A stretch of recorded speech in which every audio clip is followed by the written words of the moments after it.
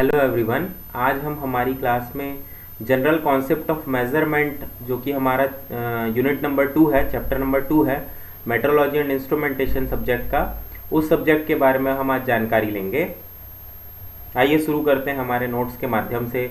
General measurement concept जो कि हमारा चैप्टर नंबर 2 है, इसे हम शुरू करते हैं। हिंदी में जनरल मेजरमेंट एंड कॉन्सेप्ट को हम कहते हैं मापन की सामान्य धारणाएं, जिसमें कि सबसे पहला डेफिनेशन होता है स्पेसिफिकेशन का। तो ये स्पेसिफिकेशन दरअसल होता क्या है कि एक प्री डिटरमाइंड कैरेक्टरिस्टिक, एक गुण होते हैं किसी भी प्रोडक्ट के, वो उसे क्या कहा जाता है, स्पेसिफिकेशन या उसका कॉन्फ़िगरेशन। ये अगर इसको हम डेफिनेशन के माध्यम से समझे तो pre determined characteristic of a product is called specification for that product. It is also means properties और कॉन्फ़िगरेशन ऑफ एनी प्रोडक्ट। जैसा कि हमने अभी समझा था कि स्पेसिफिकेशन का मतलब किसी भी प्रोडक्ट में क्या क्या गुण हैं, क्या क्या अवगुण हैं, उसकी क्या क्या खूबियां हैं, उसकी क्या क्या खामियां हैं, ये सारी चीज़ों को, ये सारे गुण को हम क्या कहेंगे, स्पेसिफिकेशन कहेंगे। ठीक है। अगले डेफिनेशन पे हम आते हैं, स्टैंडर्ड। तो ये जो स्टैंडर्ड, जो अगला जो डेफिनेशन है, स्टैंडर्ड का डेफिनेशन पढ़ते हैं। Standard is established by authority of a rule for comparison और मेजरमेंट ऑफ दैट क्वालिटी और क्वांटिटी कैरेक्टरिस्टिक। तो स्टैंडर्ड का मतलब यहाँ पर इस तरीके से है कि कोई एक अथॉरिटी जो है, जैसे कि कोई एक बड़ी कंपनी है, जब वो अपना टैग उसमें ऐड कर देती है किसी भी प्रोडक्ट में, तो वो जो टैग है वही क्या कहलाता है, स्टैंडर्ड कहलाता है। मतलब कि हम किसी भी एक अच्छी वस्तु से, अच्छे ऑब्जेक्ट से, एक स्टैंडर्ड ऑब्जेक्ट से हम दूसरे ऑब्जेक्ट को हम क्या कर सकते हैं, कंपेयर कर सकते हैं। और दूसरा जिस जिस ऑब्जेक्ट को हम कंपेयर कर रहे हैं उसकी स्टैंडर्ड को हम, जो स्टैंडर्ड मटेरियल है हमारा, उसके साथ में हम क्या कर सकते हैं, कंपेयर कर सकते हैं। तो ये क्या कहलाता है, स्टैंडर्ड कहलाता है। स्टैंडर्ड को हम फिर से एक बार समझते हैं। किसी भी अथॉरिटी या किसी भी ऑर्गेनाइजेशन, एक सर्टिफाइड ऑर्गेनाइजेशन के माध्यम से यदि किसी भी ऑब्जेक्ट को सर्टिफाइड कर दिया जाता है कि ये पर्टिकुलर एक स्टैंडर्ड मटेरियल है हमारा, ये पर्टिकुलर एक स्टैंडर्ड ऑब्जेक्ट है हमारा, तो उसे हम क्या कहेंगे, स्टैंडर्ड कहेंगे। लेकिन स्टैंडर्ड होने के बहुत सारे मापदंड हैं, बहुत सारे रूल्स हैं, तो वो रूल्स को उसे सेटिस्फाई करना चाहिए। जैसे कि उसकी डायमेंशनल एक्यूरेसी होनी चाहिए, उसकी जो मटेरियल की जो प्रॉपर्टीज़ हैं वो एज इट इज़, जैसा हमें रिक्वायरमेंट है वैसा बिल्कुल उस पॉइंट को सेटिस्फाई करना चाहिए। तो ऐसे बहुत से पैरामीटर्स को अगर वो सेटिस्फाई करता है तो हम उसे, मतलब हमारे रिक्वायरमेंट या हमारी जो हमारा जो कहना चाहिए रिक्वायरमेंट है, उस उन सारे पैरामीटर्स को अगर वो सेटिस्फाई करता है तो हम उसे क्या कहेंगे, स्टैंडर्ड कहेंगे। और वो किसी ऑर्गेनाइजेशन या किसी फिर्म से वो सर्टिफाइड होना चाहिए, तो हम उसे क्या कहेंगे, स्टैंडर्ड मटेरियल हम कहेंगे। अगला हम देखते हैं सेलेक्टिव असेंबली। तो इसका हम डेफिनेशन पढ़ते हैं। It is a good method to produce goods with reduce cost and wider range of tolerance limit which can save money, time and reduces errors. तो सेलेक्टिव असेंबली को जैसा कि हमने पढ़ा अभी कि ये हम लोग असेंबली का मतलब होता है बहुत सारे छोटे छोटे इक्विपमेंट, टूल, नट, बोल्ट, छोटे छोटे गियर से मिल करके अगर हम मिला करके अगर हम एक बड़े असेंबली को तैयार करें। जैसे कि अगर हम देखें कि जैसे कि कोई बस है या कोई, चलिए, एक बाइक है, तो उस बाइक का जो इंजन होता है उसमें मोर देन 1000 पार्ट्स जो रहते हैं वो अलग अलग होते हैं। अगर आप किसी भी इंजन को अगर अलग अलग करेंगे, डिसअसेंबल करेंगे, तो डिसअसेंबल करने में उसमें कम से कम 50 से 100 नंबर के नट्स रहते हैं। फिर उसके बाद उसकी केसिंग्स रहती हैं। तो ऐसे देखेंगे तो कोई भी एक जो इंजन रहता है या कोई भी एक ऐसा ऑब्जेक्ट रहता है, वो कैसे बनता है, वो असेंबली का मतलब बहुत सारी चीज़ों को जब हम एक साथ रख देते हैं या एक साथ उनको हम जोड़ देते हैं तो हम उसे क्या कहते हैं, असेंबली कहते हैं। तो यहाँ पर वही चीज़ बताया गया है कि अगर हम बहुत सारे अच्छे मटेरियल्स को अगर हम एक साथ अगर जोड़ दें, एक साथ उसका कुछ हम अच्छा चीज़ बनाएं, तो वो जो प्रोड्यूस होगा वो कैसा प्रोड्यूस होगा, वो बहुत अच्छा मटेरियल हमारा प्रोड्यूस होगा, और जिसमें कि टॉलरेंस लिमिट भी क्या होगी, बहुत कम होगी। और जो हमारा सेलेक्टिव असेंबली, मतलब कि हम चुन चुन करके, हम छोटे छोटी चीज़ों से हम अगर कोई एक अच्छा सा इंजन या कोई अच्छा सा ऑब्जेक्ट अगर बनाते हैं, तो वो क्या होगा, उसकी गुणवत्ता बहुत अच्छी होगी, उसकी परफॉर्मेंस, उसकी इफिशियंसी बहुत अच्छी होगी, और उसका जो उसको बनाने में हमारा जो मनी, टाइम और जो इरर्स हैं वो भी क्या होगा, बचेगा हमारा। ठीक है। तो अगला हम देखेंगे इंस्पेक्शन स्टैंडर्ड, इसे हम हिंदी में कहते हैं निरीक्षण गुणवत्ता। तो इसे हम देखते हैं, पढ़ने का कोशिश करते हैं इसे। There are 3 inspection standard by which all materials और गुड्स आर चेक्ड।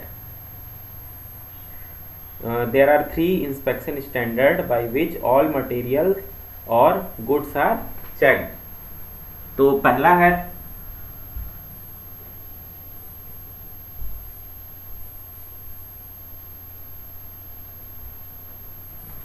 तो यहाँ पर पहला है physical properties, destructive and indestructive testing, दूसरा है फिनिश, और तीसरा है डायमेंशन। तो यहाँ पर जो हम तीनों इंस्पेक्शन स्टैंडर्ड को हम जानने की हम कोशिश करते हैं। तो तीनों जो स्टैंडर्ड, इंस्पेक्शन स्टैंडर्ड मतलब कि किसी भी हम ऑब्जेक्ट को जब हम इंस्पेक्शन का मतलब उसका निरीक्षण जब हम करते हैं, स्टैंडर्ड का मतलब गुणवत्ता। तो जब भी हम किसी भी ऑब्जेक्ट का जब हम गुणवत्ता का जब निरीक्षण करते हैं, तो किन किन बिंदुओं पर, किन किन पहलुओं पर हमें गौर करना चाहिए, किन किन पहलुओं पर हमें बहुत अच्छे से हमें सोचना समझना चाहिए, किन किन पहलुओं को हमें ज़्यादा से ज़्यादा फोकस करना चाहिए, उन मुख्य 3 पहलुओं को यहाँ पर बताया और लिखा गया है। तो उसमें से जो सबसे पहला पॉइंट है वो है फिजिकल प्रॉपर्टीज, ब्रैकेट में लिखा हुआ है destructive and non destructive testing. तो मतलब कि अगर हम किसी भी वस्तु की अगर गुणवत्ता का अगर हम देख रहे हैं, तो उसे हम पहला जो है मापदंड जो है हमारा, वो फिजिकल प्रॉपर्टीज टेस्टिंग है। तो इस प्रॉपर्टी के अंदर 2 टेस्टिंग होते हैं, एक होता है डिस्ट्रक्टिव और एक होता है नॉन डिस्ट्रक्टिव टेस्टिंग। तो डिस्ट्रक्टिव टेस्टिंग के अंतर्गत में आता है टेंसाइल टेस्ट, कंप्रेशन टेस्ट। मेरे ख्याल से आप लोग इन सारे टेस्ट को आप समझ रहे होंगे और जानते भी होंगे, क्योंकि पिछले सेमेस्टर में या पिछली क्लास में आप लोगों ने ये सारे टेस्ट को आप लोगों ने अच्छे से पढ़ा होगा शायद। तो डिस्ट्रक्टिव टेस्टिंग में टेंसाइल टेस्ट मतलब कोई भी ऐसा टेस्ट जिस टेस्ट को कंडक्ट करने के बाद में हमारा मटेरियल यदि टूट जाता है, डैमेज हो जाता है, वो परमानेंटली डैमेज हो जाता है, उसे हम फिर से रीयूज नहीं कर सकते। उसको रीयूज करने के लिए फिर से हमें उसे मेल्ट करना पड़ेगा, फिर से हमको उसको सारी प्रोसेसिंग, मैन्युफैक्चरिंग प्रोसेसिंग करनी पड़ेगी, देन आफ्टर हम उसे यूज कर पाएंगे। तो वो क्या कहलाता है, डिस्ट्रक्टिव टेस्टिंग। वर्ड से ही क्लियर है कि वो एक ऐसा टेस्टिंग होता है जिससे कि हमारा जो टेस्ट स्पेसिमेन या जो जॉब या जो वर्कपीस जो रहेगा, वो क्या हो जाएगा, पूर्ण तरीके से डिस्ट्रक्ट, डैमेज हो जाएगा, और उसके बाद हम उसे दोबारा रीयूज नहीं कर सकते। रीयूज करना है तो फिर से हमें उसे शायद मैन्युफैक्चरिंग प्रोसेस से फिर से हमें उसे सारे प्रोसेस को कंडक्ट करना पड़ेगा। तो टेंसाइल, कंप्रेशन, फटीग और कपिंग टेस्ट, ये इस प्रकार के जो टेस्ट होते हैं, ये सारे डिस्ट्रक्टिव टेस्टिंग आते हैं। तो इसके माध्यम से भी जो वैल्यूज आती है उसको हम देख सकते हैं, उस वैल्यूज को हम पढ़ करके ये समझ सकते हैं कि आइदर जो हमारा मटेरियल है वो एक स्टैंडर्ड को अचीव करता है कि नहीं। तो पहले पॉइंट में ही दूसरा है non destructive testing. Non destructive testing मतलब कि वर्ड से ही क्लियर है कि ये कुछ इस प्रकार के टेस्ट होते हैं जिस टेस्ट में हम किसी भी मटेरियल का टेस्ट तो करते हैं, बट वो किसी भी प्रकार से डैमेज या टूट फूट नहीं होता उस मटेरियल का।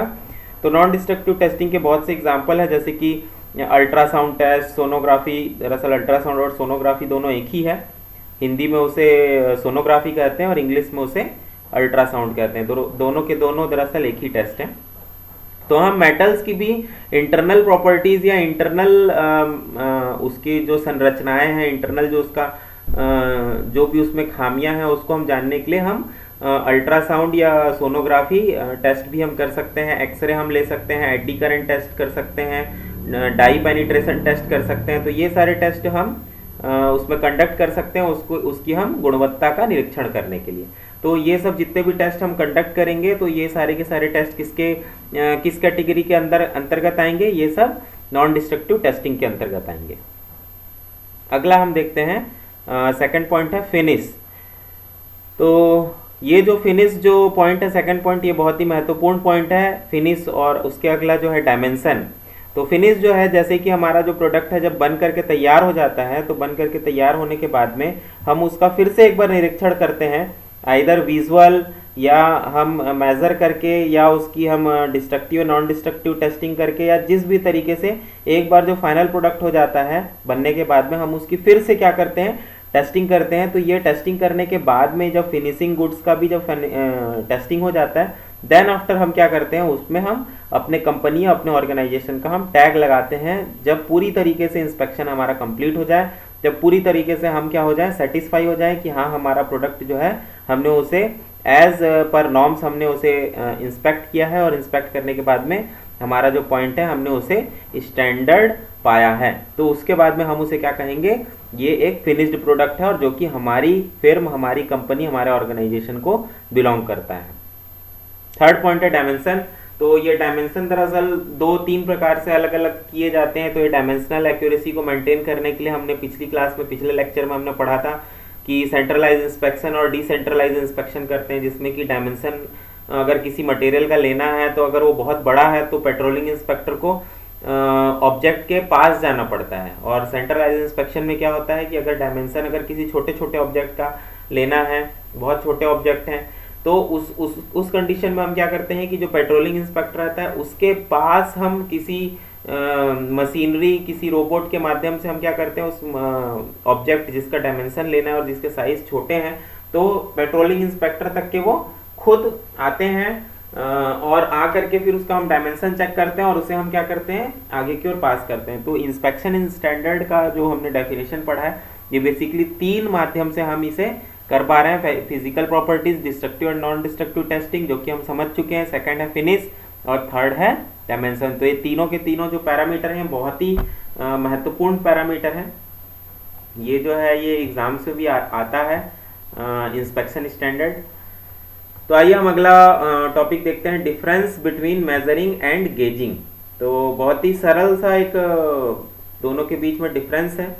गेजिंग जो रहता है ये किसी हम स्टैंडर्ड एक पर्टिकुलर एक स्टैंडर्ड हम मटेरियल को ले लेते हैं और उस स्टैंडर्ड मटेरियल के आधार पे, उस स्टैंडर्ड मटेरियल के अनुसार हम क्या करते हैं, दूसरे मटेरियल को हम कंपेयर करते हैं। ये मैं किसकी डेफिनेशन बता रहा हूँ, गेजिंग की डेफिनेशन बता रहा हूँ।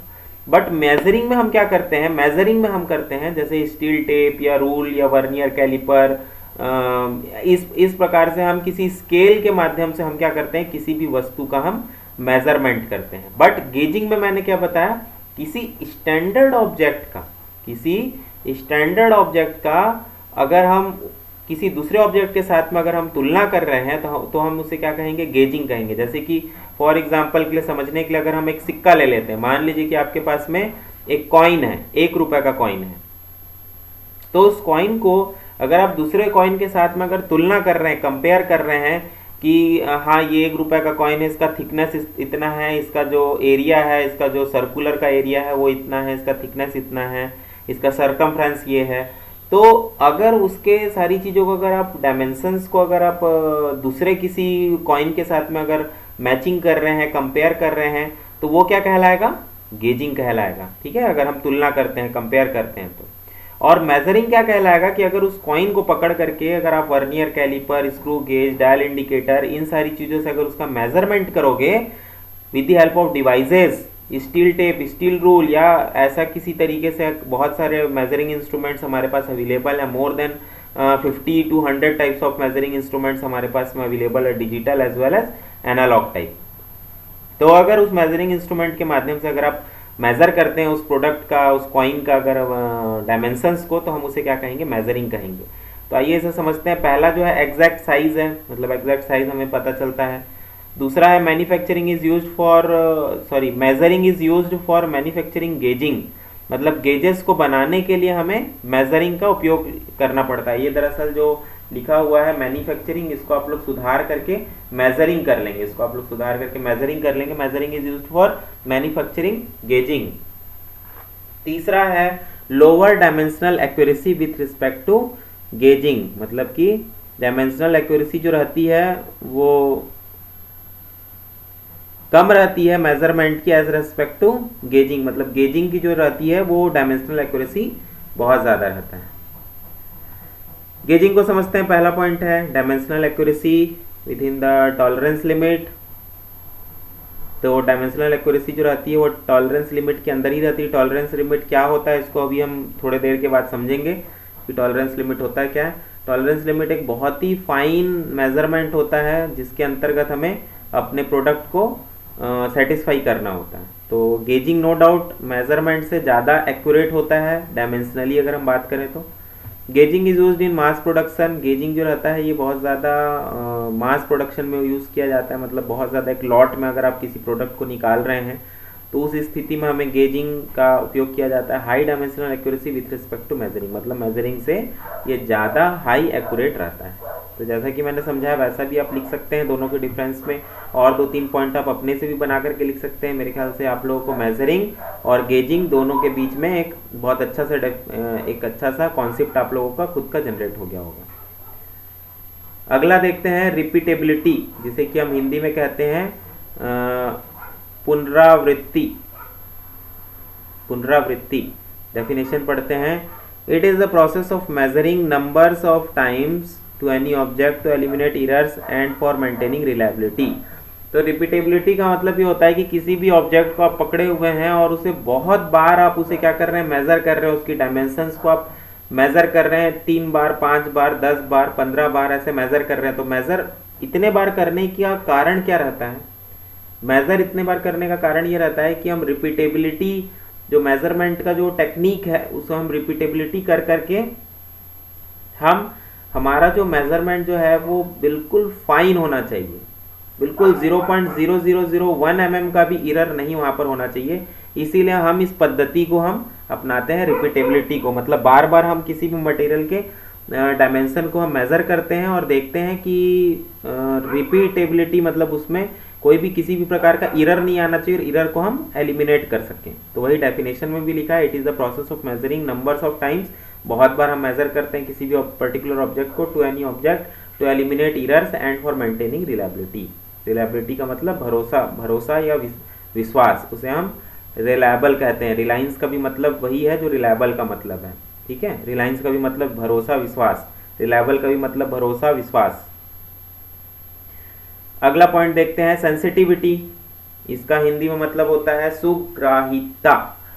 सुग्राहिता, तो इसका डेफिनेशन है ability of measuring devices to detect small difference in a quantity being measured. मतलब कि जैसे कि हमारे पास में बहुत सारे मशीन्स ऐसे अवेलेबल हैं जिसमें कि 1 mm को 100 टाइम्स डिवाइड करने की भी क्षमता है। मतलब 1 mm मेरे ख्याल से आप लोग स्केल में देखे होंगे कि 1 सेंटीमीटर में 10 mm होता है, और 1 mm एक बहुत बारीक सा एक डिवीज़न होता है, बहुत फाइन डिवीज़न होता है।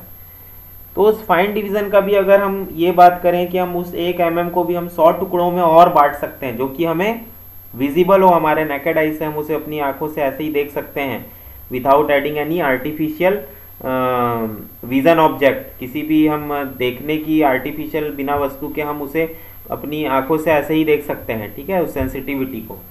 तो उसे हम क्या कहते हैं, सेंसिटिविटी कहते हैं। मतलब एक बहुत फाइन से भी मूवमेंट को ये क्या कर सकता है, डिटेक्ट करता है। तो ये सेंसिटिविटी का डेफिनेशन ये बताना चाह रहा है कि हमारा जो भी मेजरिंग डिवाइस है वो बहुत ज़्यादा क्या होना चाहिए, सेंसिटिविटी होना चाहिए। तो उसके कारण से क्या होगा कि बहुत छोटे से छोटे मूवमेंट को भी वो क्या कर सकता है, रीड आउट कर सकता है। सेंसिटिविटी में बहुत छोटे से छोटे मूवमेंट को भी वो रीड आउट करेगा, तो उससे हमारी जो एक्यूरेसी है वो और ज़्यादा क्या होगी, इंप्रूव होते चली जाएगी। तो उसी चीज़ के लिए यहाँ पर सेंसिटिविटी का डेफिनेशन लिखा हुआ है, ability of a measuring device to detect small difference in a quantity being measured, ठीक है। अब अगला जो है डेफिनेशन देखेंगे, उस डेफिनेशन है रिलायबिलिटी, हिंदी में इसे कहते हैं विश्वसनीयता। It is the property of instrument which assure the accuracy of object. मतलब कि ये एक ऐसा है कि किसी भी ऑब्जेक्ट में हमें रिलायबिलिटी तभी आएगा जब उसकी एक्यूरेसी बहुत अच्छी हो और उसकी प्रॉपर्टी जो है वो बहुत अच्छी हो। तो ये कैसे हम डिफाइन कर सकते हैं कि रिलायबल है कि नहीं, ये हार्ड वर्किंग है कि नहीं। तो उसकी डायमेंशनल एक्यूरेसी और एज पर हमारा रिक्वायरमेंट अगर वो सारे पॉइंट को अगर सेटिस्फाई करता है और वो बहुत अच्छे स्टैंडर्ड का बना हुआ है, तो नो डाउट वो मटेरियल को हम क्या कह सकते हैं, रिलायबल भी कह सकते हैं।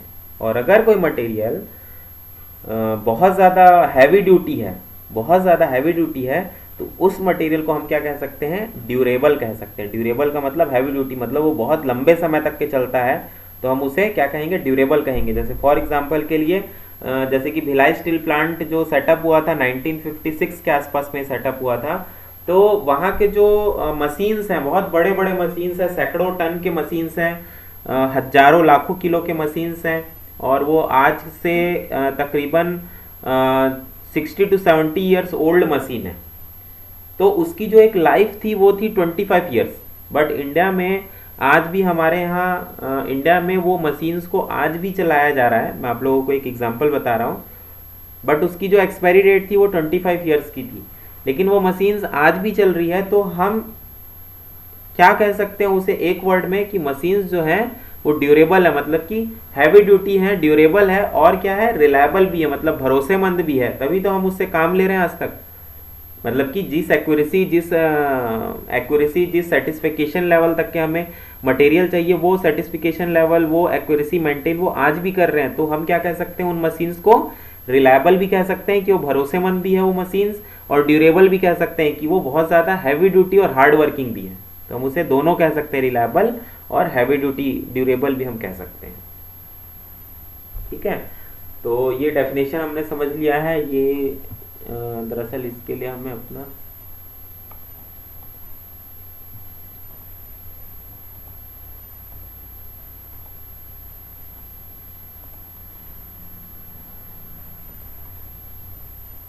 हाँ, तो ये है हमारा diagram, limits of size gauge design. तो ये गेज डिज़ाइन का बहुत ही सरल सा एक डायग्राम है, इसको समझने का कोशिश करते हैं। बहुत ही इजी डायग्राम है। इसमें दरअसल दो साफ्ट हमने लिया है, ठीक है, दो साफ्ट हमने लिया है। ये पहला साफ्ट है बड़ा वाला, और ये दूसरा साफ्ट है। अगर इसको सरल भाषा में बोलें तो हम दो पाइप को हमने लिया है। जैसा कि आप लोगों ने देखा होगा, घरों में जिस पाइप में पानी बहता है, घरों में जिस पाइप में बिजली के तार गए हुए हैं, ऐसे पाइप है ना। तो ऐसे पाइप आप देखे होंगे। तो मान लीजिए कि हमारे पास में कैसे हैं, दो पाइप है हमारे पास में।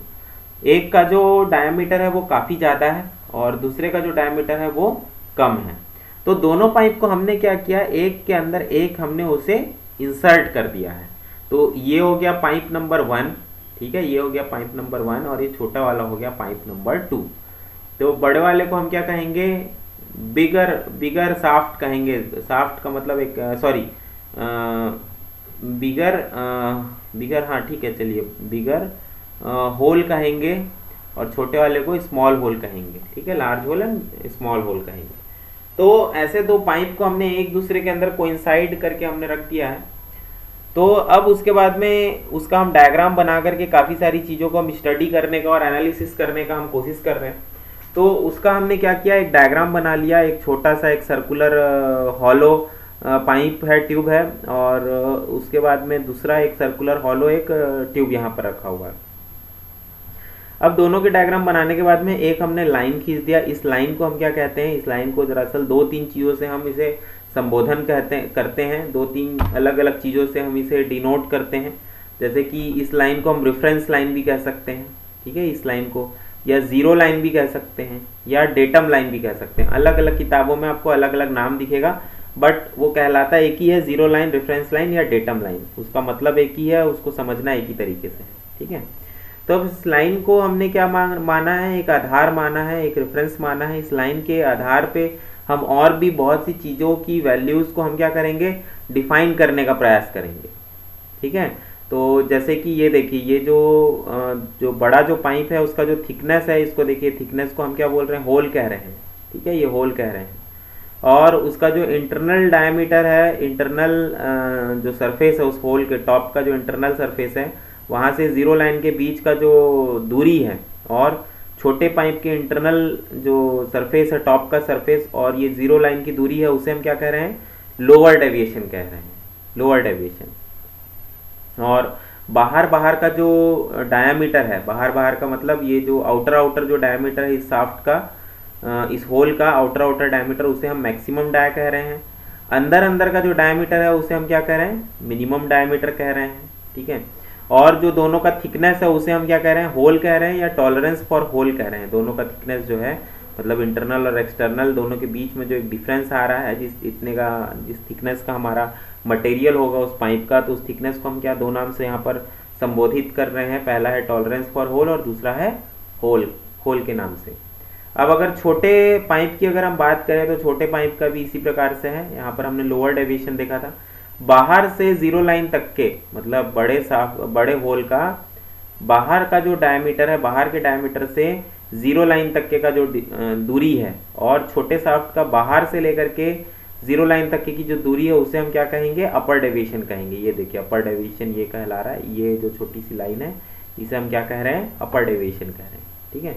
और मिनिमम डायमीटर देखिए, शाफ्ट के अंदर अंदर का जो डायमीटर है उसे हम मिनिमम डायमीटर बोल रहे हैं। शाफ्ट के बाहर बाहर का जो डायमीटर है उसे हम क्या कह रहे हैं, मैक्सिमम डायमीटर कह रहे हैं। और इसके भी जो थिकनेस है उसे हम क्या कह रहे हैं, उसे भी हम होल कह रहे हैं, ठीक है। और ये जो छोटा है इसे हम जीरो लाइन के साथ में इसे भी हम सेम वैसे ही कंपेयर कर रहे हैं जैसे हम बड़े पाइप को हमने कंपेयर किया था, ठीक है। तो इस फिगर का जो नाम है वो है लिमिट्स ऑफ साइज, जिसे कि हम गेज डिजाइन भी कहते हैं। तो एग्जाम में मोस्टली ये जो डायग्राम है ये इस प्रकार से आता है कि गेज डिजाइन के नाम से आता है। ये जो डायग्राम जो आप देख रहे हैं ये गेज डिजाइन के नाम से आता है। तो एग्जाम में भी आपको इसी प्रकार से ही इसे बनाना है। गेज डिजाइन अगर देता है तो 10 नंबर के रहता है ये, ऐसा पिछले साल तक के पेपर में देखा गया है कि 10 मार्क्स तक के का आता है। तो इसे आपको इसी प्रकार से बनाना है। इसको आप लोग बहुत अच्छे से बना लेंगे इस डायग्राम को। Limits of size gauge design के नाम से इसे बताया जाता है। इसको सीधा कर लेते हैं। यहाँ पर ये डायग्राम है, इसे हम फिट डायग्राम कहते हैं, फिट डायग्राम कहते हैं।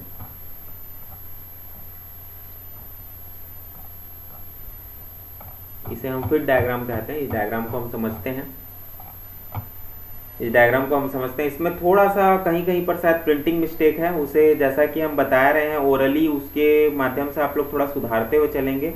देखिए टॉलरेंस जो है ये 0.033 है। टॉलरेंस मतलब कि एक ऐसी मात्रा जिसे कि हम क्या कर सकते हैं, उसे हमको टॉलरेट करते हुए चलना है, मतलब उसे हमें नज़रअंदाज करते हुए भी हम चल सकते हैं, ठीक है। उसे हम टॉलरेंस कहते हैं, ठीक है। तो यहाँ पर एक लाइन बना दी गई है जिस लाइन को हम क्या कह रहे हैं, जीरो लाइन। अगेन इस जीरो लाइन को हम कहीं पर किसी किताब में रेफरेंस लाइन या किसी किताब में डेटम लाइन या रेफरेंस लाइन के माध्यम से भी डिनोट किया गया है, ठीक है। तो यहाँ पर एक ब्लॉक रखा हुआ है। ब्लॉक दरअसल थिकनेस ऑफ पाइप है, जो कि हमने पहले ये देखिए यहाँ पर जो ये थिकनेस ऑफ पाइप जो दिख रहा था हमें वही है ये ब्लॉक, जिसे कि हम H8 के नाम से भी डिनोट कर रहे हैं। ये H8 दरअसल एक न्यूमेरिक कैरेक्टर है जिसका कि अगर आप मेजरमेंट एंड इंस्ट्रूमेंटेशन की, मेट्रोलॉजी एंड इंस्ट्रूमेंटेशन की जो डाटा बुक आती है उसमें आप ये H8 का वैल्यू आप आसानी से देख सकते हैं, ठीक है। बट वो समझना अभी हमारे लिए थोड़ा सा डिफिकल्ट है, हम उसको आगे चल करके समझेंगे मेट्रोलॉजी डाटा बुक को। अभी हम सिंपली जितना सिंपल से सिंपल जितना ईजियर तरीके से हम समझ सकते हैं वैसा हम समझने का प्रयास करेंगे। तो यहाँ पर में देखिए एक ये जीरो लाइन खींच दिया गया है और एक नीचे में एक रेफरेंस लाइन है, ठीक है। तो नीचे से लेकर के ऊपर तक की जो दूरी है वो कितनी है, 25.033 mm है, ठीक है। फिर नीचे से लेकर के जीरो लाइन तक की दूरी कितनी है, 25.000 mm है। तो ऊपर टॉप से लेकर के ये जीरो लाइन के बीच का जो डिफरेंस आ रहा है वो कितना आ रहा है, टॉलरेंस 0.033 आ रहा है, जैसे कि यहाँ पर आप देख सकते हैं। तो इसका जो थिकनेस का जो वैल्यू हो गया वो कितना हो गया, 0.033 mm हो गया। अब उसके बाद आगे बढ़ेंगे तो यहाँ पर देखिए फिर से उसी लाइन को ही यहाँ पर भी कंटिन्यू किया गया। एक देखिए फिर से एक पाइप का थिकनेस है जिसका कि थिकनेस जो है 0.52 mm बताया जा रहा है, ठीक है।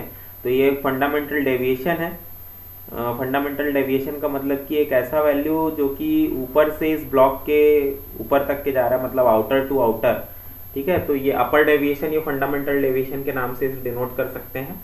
मतलब कि जो छोटा पाइप है उसके बाहर के सरफेस से लेकर के जीरो लाइन के सरफेस तक के जा रहा है, तो उसे हम अपर डेविएशन या फंडामेंटल डेविएशन कहेंगे, जिसकी वैल्यू यहाँ पर दी गई हुई है 0.65 mm, ठीक है। तो यहाँ पर अगर आप देखेंगे तो 25 mm से अगर 0.65 mm को अगर घटा देंगे तो आपके पास में कितना आएगा, 24.035 आएगा।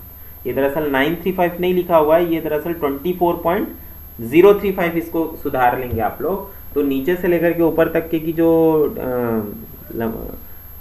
मेजरमेंट है वो कितना आएगा, 24.035 mm आएगा। अब नीचे से लेकर के अगर आप इस जो छोटा जो पाइप है उसके अंदर अंदर का अगर आप मेजरमेंट करेंगे तो उसकी दूरी कितनी आएगी, पहला तो देखिए 25 में से माइनस हो जाएगा 65 mm, ठीक है, जो कि यहाँ से यहाँ तक की दूरी है अपर डेविएशन या फंडामेंटल डेविएशन की। उसके बाद में ये जो थिकनेस ऑफ स्मॉल पाइप जो है वो कितना है, 0.52 mm है। तो 0.65 mm plus 0.52 mm equals to 1.17 mm के आसपास में हो रहा है। तो 25 mm में आप क्या करेंगे, इस इतना प्लस इतना माइनस 25 mm करेंगे। तो इसको जब आप माइनस करेंगे तो यहाँ पर क्या आएगा वैल्यू, 23.883 वैल्यू आएगा यहाँ पर, ठीक है, 23 पॉइंट। तो यहाँ पर आपको सुधार लेना है, दो जगह आपको सुधारना है। पहला तो यहाँ पर 24.035 आएगा और दूसरा यहाँ पर 23.883 mm आएगा, ठीक है। तो ये दोनों को सुधार लेंगे आप लोग, ये दोनों को सुधारने से आपका ये वाला भी डायग्राम बन जाएगा। तो इस डायग्राम को हम क्या कहते हैं, फिट डायग्राम कहते हैं, ठीक है। तो आगे के जितने भी ये टर्म्स हैं इसको हम लोग नेक्स्ट क्लास में समझने का कोशिश करेंगे। आज के लेक्चर के लिए बस इतना ही। ये दोनों डायग्राम बहुत अच्छे से केयरफुली बनाइएगा। ये डायग्राम जो हैं ये एग्ज़ाम में लगभग पूछे जाते हैं, 10 से 15 नंबर का आता है ये क्वेश्चन। हमारे वीडियो में बने रहने के लिए आपका बहुत बहुत धन्यवाद, बहुत बहुत धन्यवाद, थैंक यू।